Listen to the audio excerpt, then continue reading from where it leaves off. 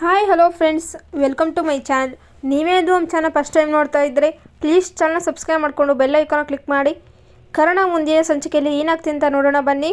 ಇಲ್ಲಿ ನಿತ್ಯಗೆ ಕರ್ಣ ತಾಳಿ ಕಟ್ಟಿಲ್ಲ ಅನ್ನೋದು ಡೌಟ್ ಬಂದುಬಿಟ್ಟಿರುತ್ತೆ ರಮೇಶ್ಗೆ ಮತ್ತು ಸಂಜಯ್ಗೆ ಎಲ್ಲರಿಗೂ.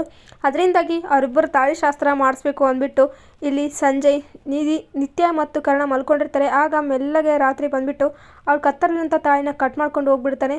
ಇನ್ನು ನೆಕ್ಸ್ಟ್ ಡೇಯಲ್ಲಿ ಗೆಸ್ಟ್ ಬಂದಿರ್ತಾರೆ ಮನೆಗೆ, ಅಜ್ಜಿ ಫ್ರೆಂಡು. ಅದರಿಂದಾಗಿ ಕುಂಕುಮ ಕೊಡಬೇಕು ಅಂದ್ಬಿಟ್ಟು ಕರ್ಣ ನಿತ್ಯನ ಕರಿತಾ ಇದ್ದರೆ ನನ್ನ ಕೈಲಾಗಲ್ಲ, ಆ ಕುಂಕುಮ ಕೊಡೋಕ್ಕೆಲ್ಲ ನಾನು ಯೋಗ್ಯತೆ ಇಲ್ಲ ಅಂತಾರೆ. ಇದು ಹೆಣ್ಮಕ್ಳ ಕರ್ತವ್ಯ, ಅವ್ರ ಹಕ್ಕು ಅಂದ್ಬಿಟ್ಟು ಕರ್ಣ ಬುದ್ಧಿ ಮಾತು ಹೇಳ್ತಾನೆ. ಸರಿ ಆಯಿತು ಅಂದ್ಬಿಟ್ಟು ಇಲ್ಲಿ ನಿತ್ಯ ಬಂದುಬಿಟ್ಟು ಅವ್ರಿಗೆ ಅರ್ಶಿನ ಕುಂಕುಮ ಎಲ್ಲ ಕೊಡ್ತಾರೆ. ಅವರು ಕೂಡ ಕೊಡ್ತಾ ಇರ್ತಾರೆ. ಆಗ ತಾಳಿ ಕೊಡೋಮ್ಮ ಅಂದ್ಬಿಟ್ಟು ಅನ್ಬೇಕಾದ್ರೆ ತಾಳಿ ನೋಡ್ತಾಳೆ, ಕತ್ತಾಳಿ ತಾಳೇ ಇರೋದಿಲ್ಲ. ಏನಿದು ನಿತ್ಯ ತಾಳಿ ಕಾಣಿಸ್ತಾ ಇಲ್ಲ ಅಂತಿದ್ರೆ, ಹೌದು ಎಲ್ಲಿಟ್ಟಿದ್ದೀನಿ ನನಗೆ ನೆನಪಿಲ್ಲ ಅಂದ್ಬಿಟ್ಟು ಅಂತಾರೆ. ಏನು ಇಷ್ಟು ಕೇರ್ಲೆಸ್ಸಾ ನೀನು? ಸ್ವಲ್ಪ ಆದರೂ ಬುದ್ಧಿದೆಯಾ? ಎಜುಕೇಟೆಡ್ ಅಂತೀಯಾ? ತಾಳಿ ಬಗ್ಗೆ ನಿನಗೆ ಗೊತ್ತಿಲ್ಲ ಅಂದ್ಬಿಟ್ಟು ಅಜ್ಜಿ ಕೂಗಾಡೋಕ್ಕೆ ಶುರು ಮಾಡಿಬಿಡ್ತಾಳೆ. ಆಗ ಅಲ್ಲಿಗೆ ಇಲ್ಲಿ ಸುಮತಿ ಬಂದುಬಿಟ್ಟು ತಾಳಿ ಇದೆ ಅಲ್ವಾ, ಇದೆ ಡಸ್ಟ್ಬಿನಲ್ಲಿ ಬಿದ್ದಿತ್ತು ನೋಡು, ಕಟ್ ಬೇರೆ ಆಗಿದೆ ಅಂದ್ಬಿಟ್ಟು ಅಂತಾರೆ. ಇದರಿಂದ ಅಜ್ಜಿಗೆ ಇನ್ನಷ್ಟು ಕೋಪ ಬರುತ್ತೆ. ಶಾಂತಿ, ನಿನ್ನ ಮೊಮ್ಮಗಳು ಇದೇ ರೀತಿಯ ಬುದ್ಧಿ ಕಲಿಸೋದು ನಮ್ಮ ಸಂಸ್ಕೃತಿ ಶಾಸ್ತ್ರದ ಬಗ್ಗೆ ಗೊತ್ತಿಲ್ವಾ ನಿನಗೆ ಅಂದ್ಬಿಟ್ಟು ಅಂತಾರೆ. ಆಗ ನಿತ್ಯಗೆ ತುಂಬಾ ಬೇಜಾರಾಗ್ತಾ ಇರುತ್ತೆ. ಕಾರಣ ಸಮಾಧಾನ ಮಾಡೋಕೆ ಹೊರಡ್ತಾನೆ. ಇನ್ನು ರಮೇಶ್ ಎಂಟ್ರಿ ಆಗುತ್ತೆ.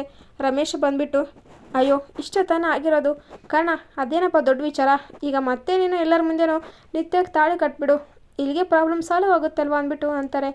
ಆಗ ಎಲ್ಲರೂ ಶಾಕ್ ಆಗಿರ್ತಿದ್ರೆ, ಆಗ ಇಲ್ಲ ಅದಾಗಲ್ಲ ಅಂದ್ಬಿಟ್ಟು ಕರ್ಣ ಮತ್ತು ನಿತ್ಯ ಅಂತಾರೆ. ಏನು ಆಗಲ್ವಾ? ಯಾಕೆ ಆಗಲ್ಲ? ಅಲ್ಲ ತಾಳಿ ಈ ರೀತಿ ಬಿಚ್ಕೊಂಡಿದ್ಯಾ? ಯಾವಾಗಲೂ ಕತ್ತಲ್ಲಿ ತಾಳಿ ಇರಲೇಬೇಕಮ್ಮ, ಅದು ನಮ್ಮ ಸಂಸ್ಕಾರ ಕಣೆ, ನೀನು ಯಾಕೆ ಮದುವೆಗೆ ಒಪ್ಕೊಳ್ತಾ ಇಲ್ಲ ಅಂತಂದ್ಬಿಟ್ಟು ಇಲ್ಲಿ ಶಾಂತಿ ಅಜ್ಜಿ ಹೇಳ್ತಾ ಇರ್ತಾಳೆ. ಇಲ್ಲ ಇಲ್ಲ ನನ್ನಿಂದ ತಾನೇ ತಪ್ಪಾಗಿರೋದು, ನಾನೇ ಈ ತಾಳಿನ ಕಟ್ಕೊಳ್ತೀನಿ ಅಂದ್ಬಿಟ್ಟು ಇಲ್ಲಿ ನಿತ್ಯ ಅಂತಾಳೆ. ಇಲ್ಲ ಆ ರೀತಿ ಆಗಲ್ಲ ಅದು ಅಂದ್ಬಿಟ್ಟು ಅಂತ ಇರ್ತಾರೆ. ಇನ್ನೂ ಅಲ್ಲಿಗೆ ಪುರೋಹಿತರು ಬರ್ತಾರೆ ಮನೆಗೆ. ಇನ್ನು ಎಲ್ಲರೂ ಸೈಲೆಂಟ್ ಆಗಿರ್ತಾರೆ. ನಿಮ್ಮ ಮುಖ ನೋಡ್ತಾ ಇದ್ರೆ ಏನೋ ತೊಂದರೆ ಆಗಿದೆ ಅನಿಸುತ್ತೆ, ಏನಾಗಿದೆ ಅಂತ ಕೇಳ್ತಾರೆ. ಆಗ ಅಜ್ಜಿ ಬಂದುಬಿಟ್ಟು ಹೌದಪ್ಪ, ನಮ್ಮ ಮೊಮ್ಮಗಳು ಇದ್ದಾಳೆ, ಅವಳ ಕತ್ತಲ್ಲಿ ತಾಳಿ ಇಲ್ಲ, ಬಿಚ್ಕೊಂಡ್ಬಿಟ್ಟಿದೆ, ಅದಕ್ಕೆ ಈಗ ಅವ್ರಿಗೆ ತಾಳಿ ಶಾಸ್ತ್ರ ಆಗಬೇಕು, ಒಳ್ಳೆಯ ದಿನ ಏನಾದರೂ ಇದೆಯಾ ಅಂದ್ಬಿಟ್ಟು ಕೇಳ್ತಾರೆ. ಇನ್ನೂ 2 ದಿನದೊಳಗಡೆ ತುಂಬ ಒಳ್ಳೆಯ ದಿನ ಇದೆ, ಆ ಶಾಸ್ತ್ರ ಆ ಟೈಮಲ್ಲಿ ಮಾಡಿದ್ರೆ ತುಂಬಾ ಒಳ್ಳೆಯದು ಅಂತಾರೆ. ಸರಿ ಆಯಿತು ಅಂದ್ಬಿಟ್ಟು ಅಜ್ಜಿ ತುಂಬಾ ಖುಷಿ ಆಗ್ತಾಳೆ. ಇಲ್ಲಿ ಮಾಲತಿ, ನಿತ್ಯ ಮತ್ತು ಕರ್ಣ ಮೂವರು ಯೋಚನೆ ಮಾಡ್ತಾ ಇರ್ತಾರೆ. ಅವತ್ತೇನೋ ಬೀಸದೊಂದಿಯಿಂದ ತಪ್ಪಿಸ್ಕೊಂಡ್ಬಿಟ್ವಿ, ನೀನು ನಿತ್ಯ ನೀನೇ ತಾಳಿ ಕಟ್ಕೊಂಡೆ, ಪ್ರಪಂಚಕ್ಕೆ ಕರ್ಣ ತಾಳಿ ಕಟ್ಟಿನಂತ ಒಪ್ಪಿಸಿದ್ವಿ, ಆದರೆ ಈಗ ಏನು ಮಾಡೋದು ಅಂತಿದ್ರೆ, ಹೌದು ಈ ತಾಳಿ ಶಾಸ್ತ್ರ ಮತ್ತೆ ಆಗಲೇಬಾರ್ದು, ಯಾವುದೇ ಕಾರಣಕ್ಕೂ ನಾನು ತಾಳಿ ಕಟ್ಸ್ಕೊಳ್ಳಲ್ಲ ಅಂದ್ಬಿಟ್ಟು ನಿತ್ಯ ಅಂತಾಳೆ. ಆಗ ಮಾಲತಿ ಏನು ಮಾಡೋದು, ಇವಾಗ ಏನು ಮಾಡಬೇಕಂತ ಗೊತ್ತಾಗ್ತಿಲ್ಲ, ಮದುವೆ ಆಗಲೇ ಬಿಟ್ಟಿದೆ ಕಾರಣ, ಈಗ ಎಲ್ಲರ ಮುಂದೆ ತಾಳಿ ಕಟ್ಟಂದರೆ ಏನು ಮಾಡೋಕ್ಕೆ ಸಾಧ್ಯ ಅಂತಾರೆ. ಆಗ ಇಲ್ಲ ಇಲ್ಲ ಇದು ನಾನು ಹೇಗಾದರೂ ಮಾಡಿ ತಡಿಲೇಬೇಕು ಅಂದ್ಬಿಟ್ಟು ಇಲ್ಲಿ ಕರ್ಣ ಅಂತಾನೆ. ಆಗ ರಮೇಶ್ ಏನು ತಡೀತೀರ, ಏನಾಗಲ್ಲ ಅಂತಂದ್ಬಿಟ್ಟು ಬರ್ತಾರೆ.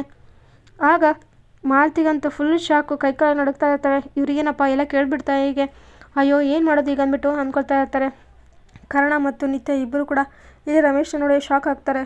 ಆಗ ಏನು ಮಾಲತಿ ಏನೋ ಮಾತಾಡ್ತಾರ ಆಗಿದೆ, ಇಂಪಾರ್ಟೆಂಟ್ ವಿಚಾರ, ಏನು ಮದುವೆ ಬಗ್ಗೆನಾ ಅಂತ ಕೇಳ್ತಾ ಇರ್ತಾರೆ. ಅದು ರೀ ಅಂದ್ಬಿಟ್ಟು ಮಾಲತಿ ಅಂತ ಇರ್ತಾಳೆ. ಫೈನಲಿ ಇಲ್ಲಿ ಕರ್ಣ ನಿತ್ಯಗೆ ತಾಳಿ ಕಟ್ಟಿಲ್ಲ ಅನ್ನೋ ವಿಚಾರ ಎಲ್ಲರಿಗೂ ಕೂಡ ಗೊತ್ತಾಗೋ ಸಮಯ ಬಂದೇ ಬಿಡ್ತು. ಹಾಗಾದರೆ ಈ ಸರ್ತಿ ತಾಳಿ ಶಾಸ್ತ್ರದಲ್ಲಿ ಕರ್ಣ ಮತ್ತೆ ನಿತ್ಯಗೆ ತಾಳಿ ಕಟ್ಟೋಕ್ಕೆ ಸಾಧ್ಯನಾ? ಇಲ್ಲಾಂದರೆ ನಿಧಿಗೆ ಮತ್ತೆ ಮೋಸ ಮಾಡ್ತಾನೆ ಕರ್ಣ?